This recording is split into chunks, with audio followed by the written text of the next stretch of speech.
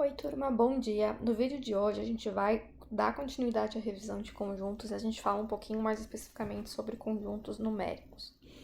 Então, a gente precisa lembrar quem são o conjunto dos números naturais. Então, os números naturais são representados pela letra N e são os números que eu posso estar contando. Então, é o 0, 1, 2, 3 e assim sucessivamente.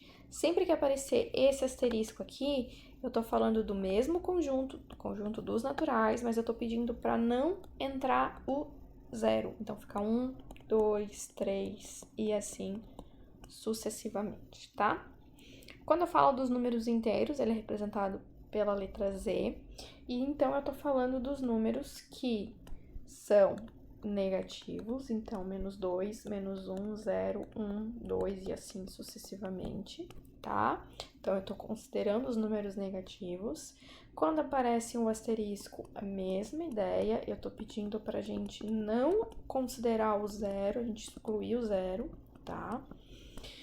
E nos números inteiros, tem dois assuntos que são legais a gente lembrar. Então, o primeiro é sobre o oposto, ou sobre o simétrico. Então, por exemplo, a gente tem o número 2 e o menos 2. Então, eles são números opostos. Então, é o mesmo número, só que os sinais são opostos. Por isso que a gente usa como oposto. Os números primos são aqueles números que a gente só consegue dividir por 1 e por ele mesmo. Então, o primeiro número que a gente pensaria seria o 1, só que o 1 já é ele mesmo, né? E o próprio 1, então cai nesse problema, então a gente não considera ele. O próximo é o número 2, que é o único que é par.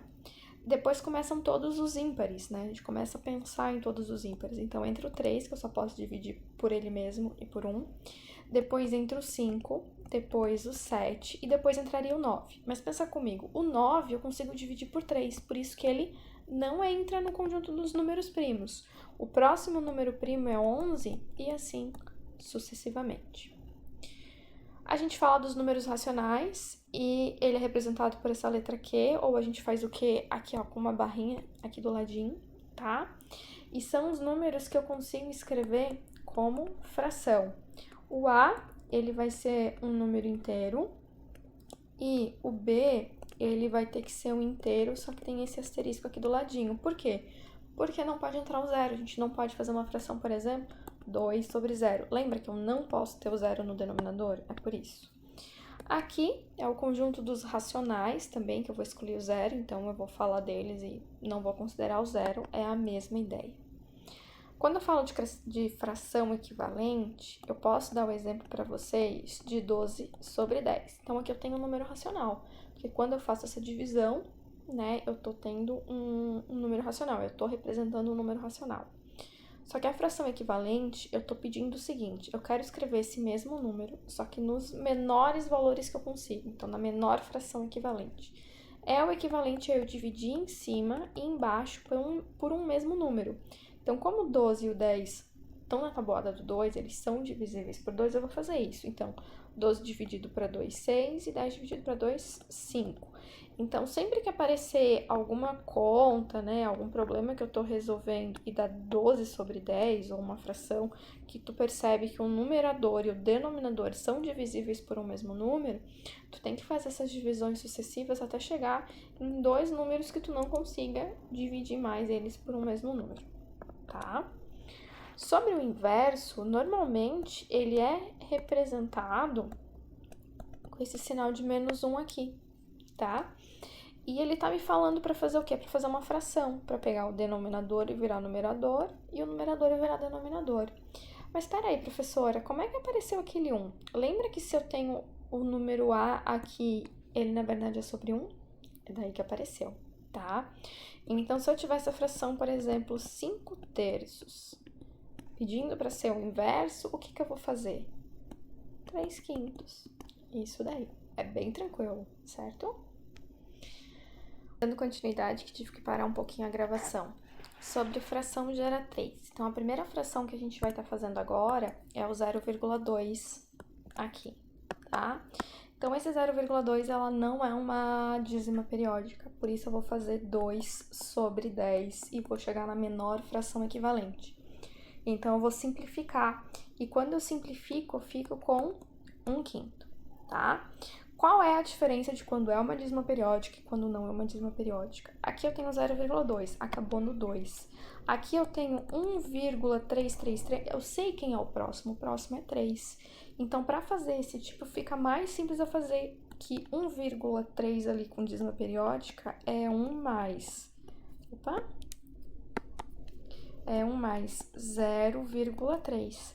Então, esse 1 permanece. E esse 0,3, quando eu quero fazer uma fração geratriz, eu vou pensar no seguinte, eu vou fazer 3 sobre. Se não é uma dízima periódica, eu divido por 10, mas não é esse caso, tá? Como é uma dízima periódica, eu começo dividindo para 9. E daí, eu posso tanto simplificar essa fração, e eu fico com 1 mais 1/3. E aí, eu vou tirar o mínimo e vou resolver ficando com 4/3. Então, essa é a minha fração geratriz, tá? Como aqui, eu podia já tirar o mínimo e ia simplificando, vou chegar no mesmo 4/3. Um outro caso que eu trouxe aqui para vocês é quando eu tenho 2 números de dízima periódica, certo? Então, como são 2 números de dízima periódica, eu vou fazer o seguinte. Bom, eu vou pegar o 45, que é a minha dízima, e eu penso o seguinte, quantas casas depois da vírgula tem esses números? 2 casas. Então, eu vou ter que colocar um 9 para cada um. Vou chegar na menor fração equivalente, chego em 15 sobre 11, tá bom?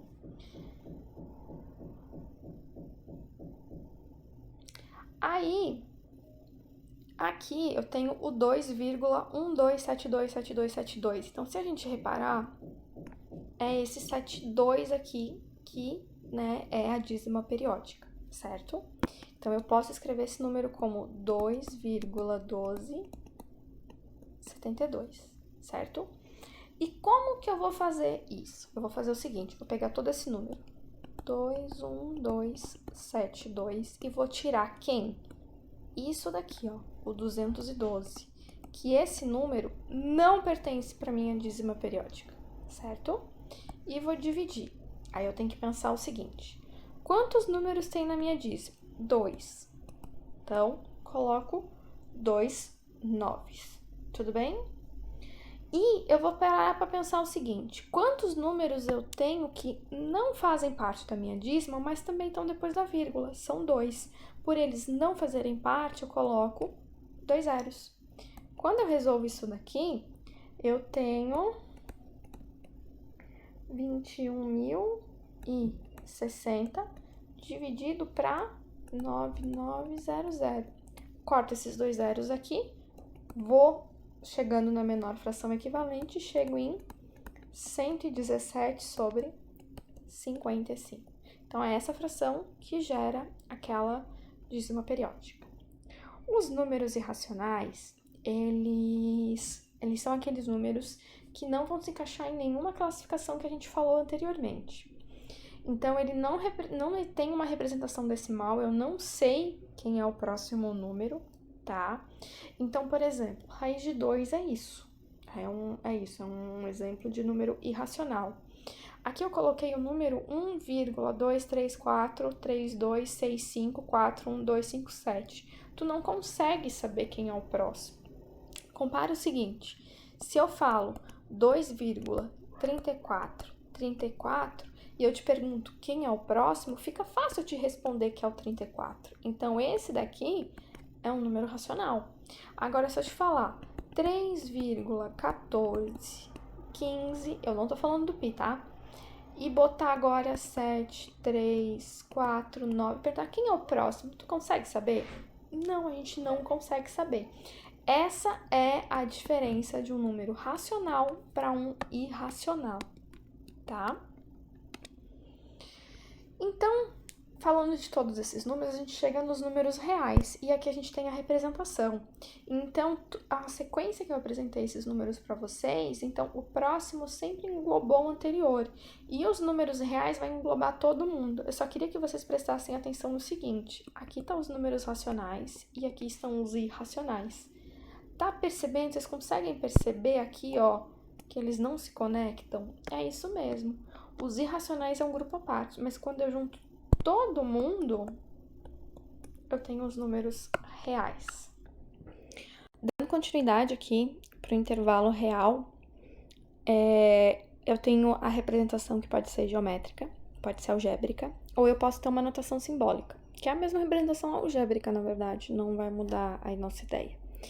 Então, eu queria primeiro que vocês observassem essa representação aqui, ó.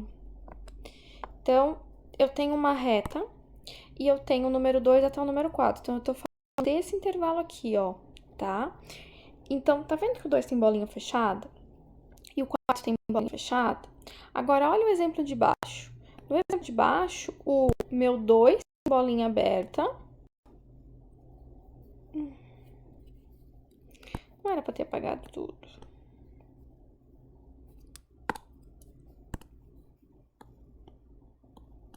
O 2 tá com a bolinha aberta e o 4 tá com a bolinha fechada, né? Então, isso vai fazer diferença pra gente. Então, quando eu quero representar algebricamente, que aqui eu vou dividir algébrica e notação simbólica, mas é a mesma coisa, tá?